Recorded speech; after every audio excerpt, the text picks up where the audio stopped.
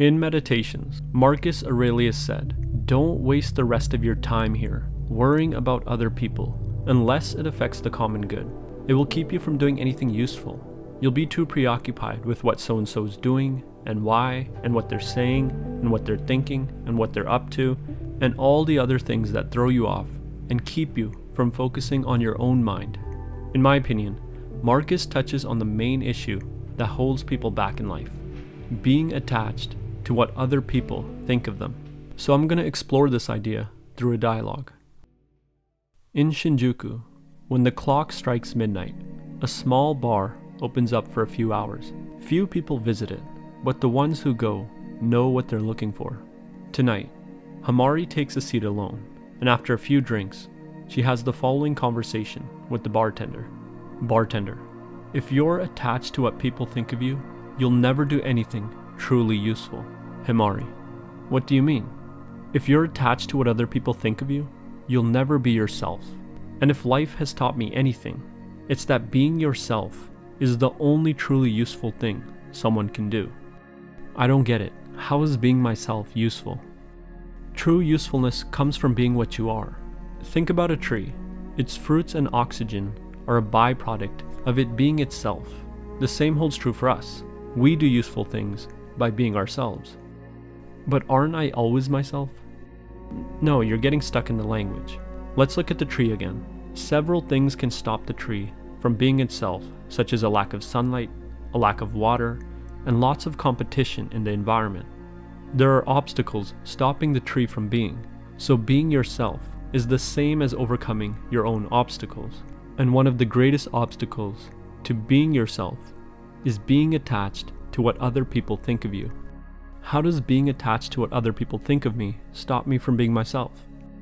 When you are being yourself, you have to be willing to violate people's expectations of you. You have to be willing to disappoint them. You have to be willing for them to react negatively.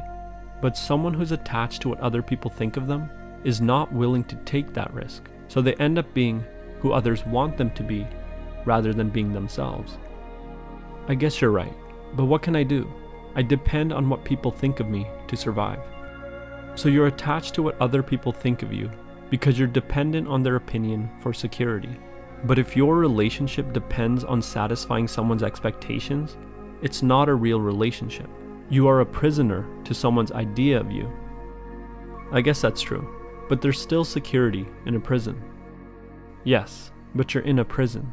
You've traded the whole of your life for security. What is there left to secure?" I guess that's true. I never thought about it.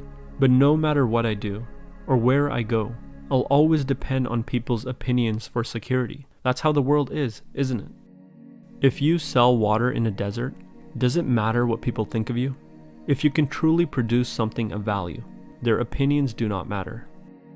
"I guess you're right, but how do I make something of value?" That's like asking how the tree makes its fruit. I'll put it like this. A tree is imprisoned by a lack of water, sunlight, and competition.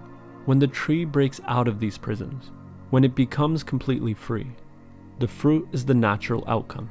It's not about how you can produce something of value, but how you can become free. When you break free of all your prisons, your fruit comes of its own accord. Marcus Aurelius said that caring what other people think would prevent you from doing anything useful, and I explored the meaning behind this idea through a dialogue.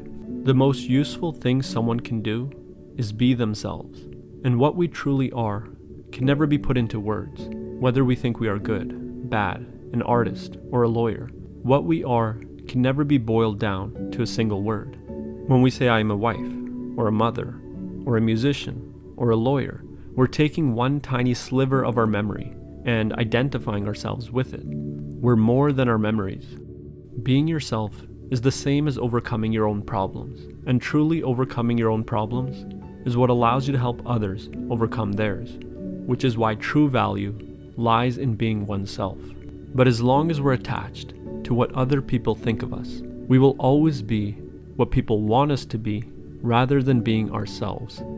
And if we abandon ourselves, we abandon our ability to be truly useful to the world.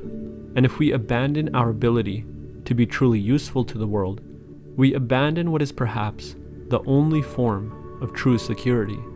On the other hand, when we be what other people want us to be, we have the security of a prisoner, which is security in exchange for life. And that's really not any security at all. But at the end of the day, this is just my opinion and understanding of Marcus's words, not advice. Feel free to use this information however you like. And if you have a different take on Marcus's words, I'd love to hear your perspective in the comments.